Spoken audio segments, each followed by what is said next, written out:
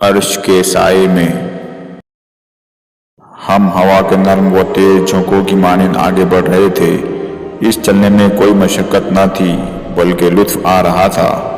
न जाने हमने कितना फासला तय किया था कि सहले ने कहने लगा, अर्श इलाही के साए में मामून इलाका शुरू होने वाला है। वो देखो, आगे फरिश्तों का एक हुजूम नजर आ रहा है। इनके पीछे एक बुलंद दरवाज़ा है, यही अंदर दाखिले का दरवाज़ा है।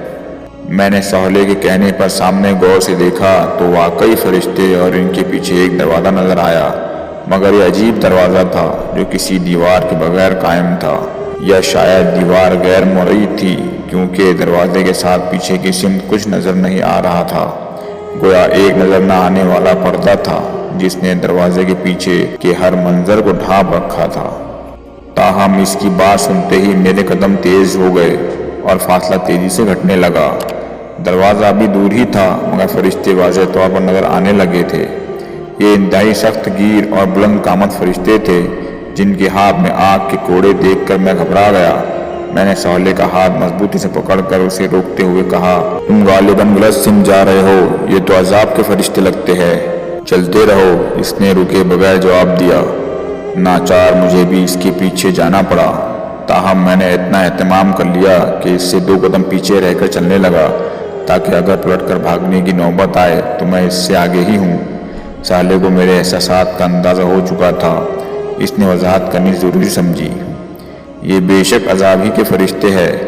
मैंने इसकी बात दरमियान से उचक कर कहा, और यहाँ इसलिए खड़े हैं कि आगे जाने से कबल मेरी पिटाई करके मेरे गुनाह झाड़े।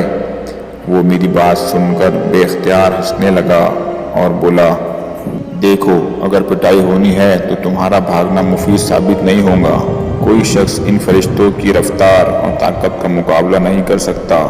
वैसे तुम्हारी इत्तला के लिए अर्ज़ है कि ये तुम्हारे लिए यहाँ नहीं खड़े हैं, बल्कि ये इसलिए खड़े हैं कि खुदा का कोई मुजरिम अगर इस सिमत आने की कोशिश करे तो उसे इतना मारे कि वो दोबारा इस तरफ आने की हिम्मत ना करे।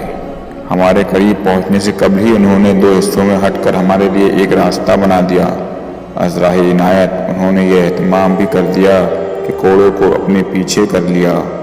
मेरा ख्याल था कि वो हमें देखकर मुस्कुराएंगे और इजहार मसरत करेंगे, मगर कोशिश के बावजूद मैं इनके चेहरों पर कोई मुस्कुराहट तलाश ना कर सका।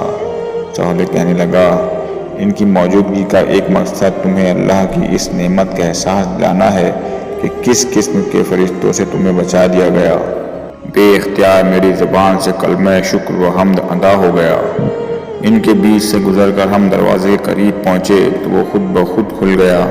इसके खुलते ही मेरी नज़रों के सामने एक पुरफिज़ा मुकाम आ गया।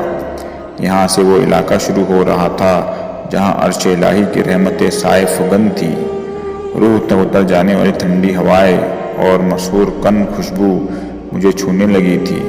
हम दरवाजे से अंदर दाखिल हुए तो देखा कि दूर तक फरिश्ते कतार दर कतार खड़े थे। इनके चेहरे बेहद दिलकश थे और इससे कहीं ज़्यादा खूबसूरत मुस्कुराहट इनके चेहरों पर मौजूद थी। ये हाथ बांधे हुए मुअद्दिब अंदाज में खड़े थे। हम जैसे ही इनके बीच से गुजरे, दुआ व सलाम और खुश आमदीद के अल्फाज से हमारा खैर मुकद्दम शुरू हो गया। इनके रवैये और अल्फाज की तासीर मेरी रूह की गहराइयों में उतर रही थी और इनके वजूद से उठने वाली खुशबुएं मेरे एहसासात को सरशार कर रही थी। यहाँ दाखिल होते ही मुझे ये महसूस हुआ कि मेरे अंदर कोई गैर मामूली तब्दीली आई है, लेकिन इस वक्त मेरी सारी तवज्जो फरिश्तों और यहाँ के दिलकश माहौल की तरफ थी, इसलिए मैं ज़्यादा तवज्जो नहीं दे सका कि मेरे साथ क्या हुआ है। मैं इस कैफियत को बस यहाँ के माहौल का एक असर समझा। चलते चलते मुझे कुछ ख्याल आया तो मैंने साले के कान में सरगोशी की, यार ये तो ठीक है कि ये लोग मुझे कोई निजात याफ्ता शख्स मानकर मेरा इस्तकबाल कर रहे हैं, लेकिन यहाँ मेरी ज़ाती वाक़िफ़ियत तो कोई नहीं है। क्या यहाँ तुम्हारा कोई वाकिफ़ है? मेरी बात सुनकर साले हंसते हुए बोला, अब्दुल्ला, आज हर शख्स अपनी पेशानी से पहचाना जाएगा कि वो कौन है। तुम्हें इल्म नहीं, मगर तुम्हारा पूरा तारुफ तुम्हारी पेशानी पर दर्ज है। तुम देखते जाओ आगे क्या होता है।